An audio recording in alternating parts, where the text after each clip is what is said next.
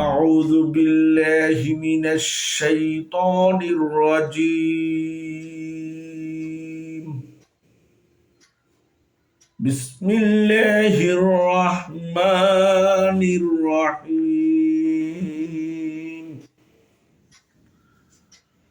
الحمد لله رب العالمين الرحمن الرحيم مالك يوم الدين إياك نعبد وإياك نستعين اهدنا الصراط المستقيم صراط الذين أنعمت عليهم غير المغضوب عليهم ولا الضالين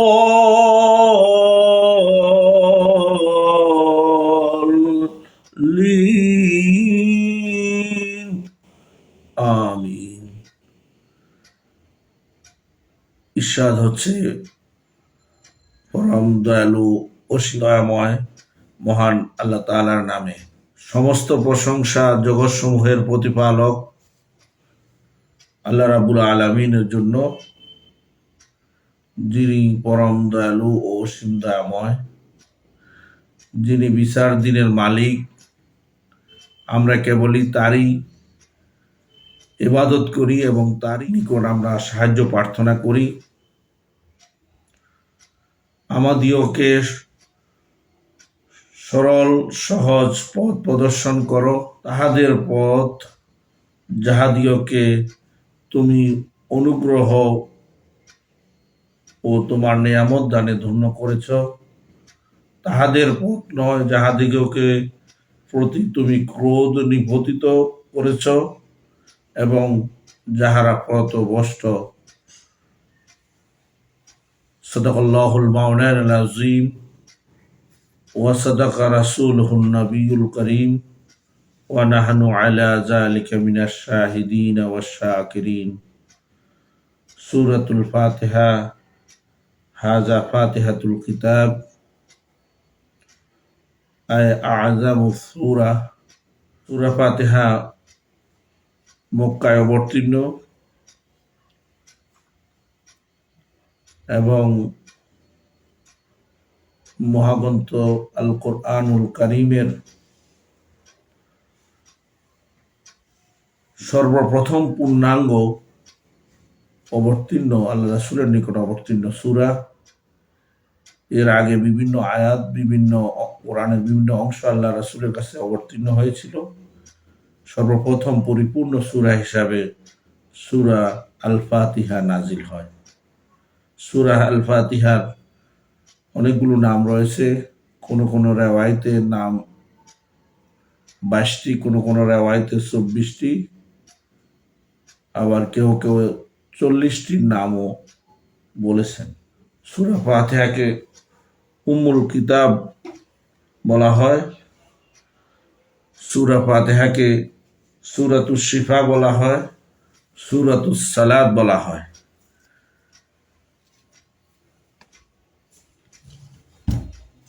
এই সূরার নামকরণ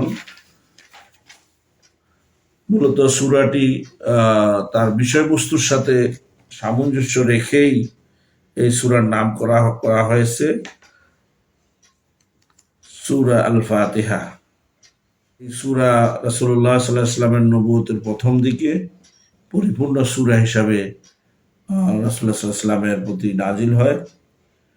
এই সূরার বিষয়বস্তু সংক্ষেপে যদি আমরা বলি, মহান আল্লাহ রাব্বুল ইজ্জাতের প্রশংসা, বান্দা আল্লাহর কাছে সাহায্য প্রার্থনার এবং হেদায়েত প্রার্থনার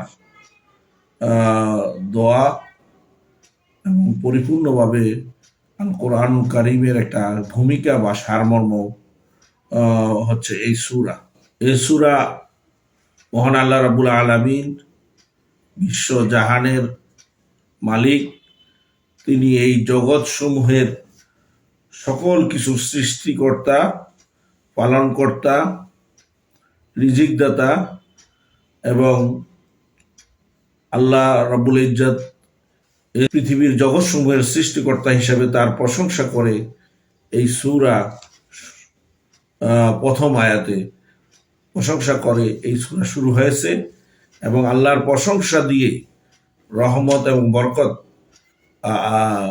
মানুষ প্রাপ্ত হবে, এই সূরা প্রথম আয়াত সেই বিষয়কে ইঙ্গিত করে অবতীর্ণ হয়েছে। এই সূরা যে রব, রব আরবি শব্দ, এর অর্থ মালিক, অভিভাবক, প্রতিপালনকারী, সার্বভৌম ক্ষমতার অধিকারী।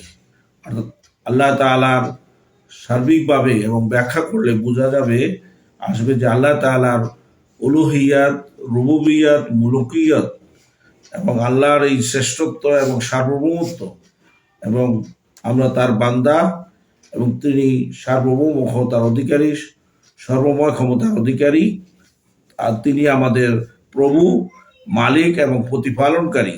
এটি গ্রহণ করে নেয়া, এটি মেনে নেয়া হচ্ছে একজন আল্লাহর বান্দার আল্লাহর প্রতি ঈমান আনার, আল্লাহর প্রতি বিশ্বাস স্থাপনের দাবি। শেষ বিচারের দিনের আল্লাহ তাআলা সর্বোত্তম, সর্বশ্রেষ্ঠ এবং একমাত্র ন্যায় বিচারক হিসাবে পৃথিবীর মানুষ এবং জিন জাতির বিচার ফয়সালা করবেন। শেষ বিচারের দিন মালিক হচ্ছেন আল্লাহ।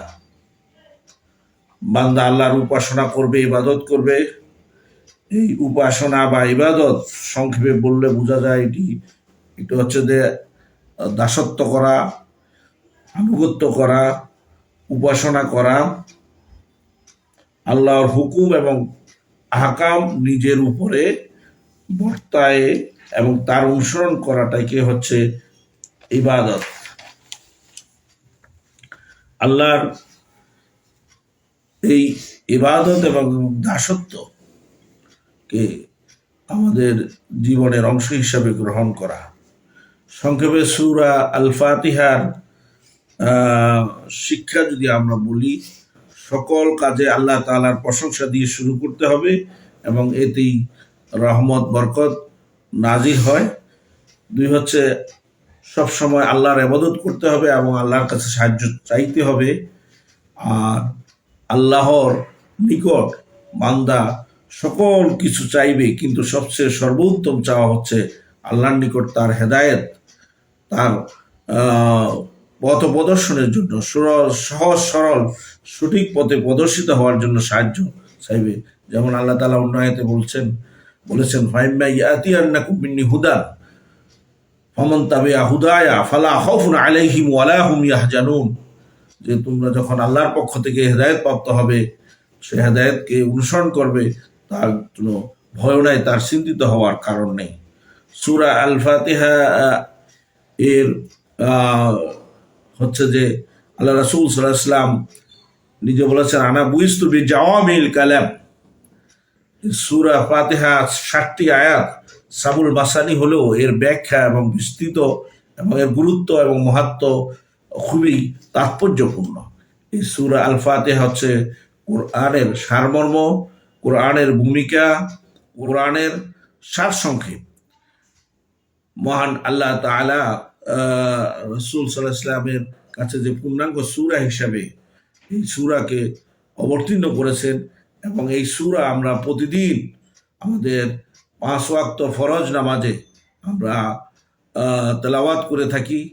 এই সূরাকে সূরাতুস সালাতও বলা হয়। আমরা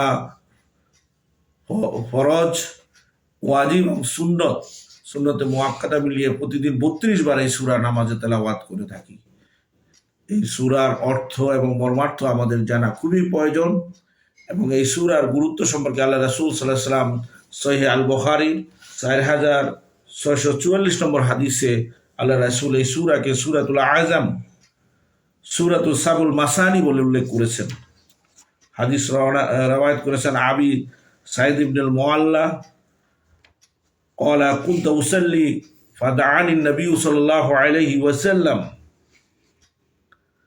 فلما عجبه قلت يا رسول الله صلى الله عليه وسلم إني كنت أصلي قال ألم يقل الله أستجيب لله وللرسول إذا دعاكم ثم قال ألا أعلمك أعظم سورة في القرآن أن قبل أن تخرج من المسجد فأخذ بيده فلما أردنا أن نخرج قلت يا رسول الله صلى الله عليه وسلم إنك قلت لا أعلمك أعظم سورة من القرآن قال الحمد لله رب العالمين هي السبع المثاني والقرآن العظيم الذي أوتيته এই হাদিসটি হযরতে সাইদ ইবনুল মুআল্লা থেকে বর্ণিত। সহিহ আল বুখারীর বাবু ফাদলু ফাতিহাতুল কিতাব এর পরিচ্ছেদ থেকে তিনি হযরত আবু সাইদ আল মুআল্লা রাদিয়াল্লাহু তাআলা আনহু বলেন, তিনি বলেন কুনতু উসাল্লি, আমি সালাতরত নামাজরত অবস্থায় ছিলাম। ফাদাআনি নবী সাল্লাল্লাহু আলাইহি ওয়াসাল্লাম, তখন রাসূলুল্লাহ সাল্লাল্লাহু আলাইহি ওয়াসাল্লাম আমাকে আহ্বান করলেন। আমি ফালাম আজিবহু, আমি তাতে জবাব দিই নাই। তখন রাসূলুল্লাহ সাল্লাল্লাহু আলাইহি ওয়াসাল্লাম আমাকে বললেন কুলতু ইয়া রাসূলুল্লাহ সাল্লাল্লাহু আলাইহি ওয়াসাল্লাম, তখন আমি রাসূলুল্লাহ সাল্লাল্লাহু আলাইহি ওয়াসাল্লামকে নামাজ শেষে বললাম যে ইন্নী কুনতু উসাল্লি, আমি নামাজরত অবস্থায় ছিলাম। তখন রাসূলুল্লাহ সাল্লাল্লাহু আলাইহি ওয়াসাল্লাম বলেন আলাম ইয়াকুলিল্লাহ, তুমি কি আল্লাহর বাণী শুনো নাই? যখন আল্লাহ এবং আল্লাহ রাসূল তোমাদেরকে আহ্বান করবেন তখন তোমরা সেই আহ্বানে সাড়া দিবে। সুম্মা কালা, তখন রাসূলুল্লাহ সাল্লাল্লাহু আলাইহি ওয়াসাল্লাম বললেন আমি কি তোমাকে এমন এক সূরা, এমন এক মহৎ মর্যাদাবান সূরার কথা বলবো কোরআনের, এই মসজিদ থেকে বের হওয়ার পূর্বেই? অতঃপর রাসূলুল্লাহ সাল্লাল্লাহু আলাইহি ওয়াসাল্লাম আমার হাত আখাযা বিয়াদি, আমার হাত ধরলেন। ফালাম্মা আরাদনা, যখন তিনি মসজিদ থেকে বের হতে গেলেন তখন আমি বললাম ইয়া রাসূলুল্লাহ সাল্লাল্লাহু আলাইহি ওয়াসাল্লাম, আপনি বলেছেন আমাকে একটি মর্যাদাকর সূরা সম্পর্কে কোরআনের বলবেন। তখন রাসূলুল্লাহ সাল্লাল্লাহু আলাইহি ওয়াসাল্লাম বললেন সেই সূরা হচ্ছে আলহামদুলিল্লাহি রাব্বিল আলামিন ওয়া হিয়া সাবআল মাসানি, বারবার পড়া হয়। এবং এই ওয়াল কোরআনুল আজিম আল্লাযী উতিহি, এই কোরআন আজিম যা আমাকে দেয়া হয়েছে। আর এই সূরাতুল ফাতিহা হচ্ছে যে একটি মর্যাদাযুক্ত আযাম সূরা। আল্লাহ তাআলা আমাদেরকে সূরা ফাতিহার মর্মার্থ উপলব্ধি করে, আমরা এর গুরুত্ব উপলব্ধি করে এই সূরার আলোকে আমরা আল্লাহর কাছে হেদায়েত পাওয়ার যথাযথ প্রার্থনা করব এবং এই প্রতিদিন নামাজে আমরা এটা শুদ্ধ করে তেলাওয়াত এবং উপলব্ধি যাতে করতে পারি সেই প্রচেষ্টা রাখবো। আল্লাহ তাআলা আমাদের কবুল করুন। আসসালামু আলাইকুম ওয়া রাহমাতুল্লাহি ওয়া বারাকাতুহু।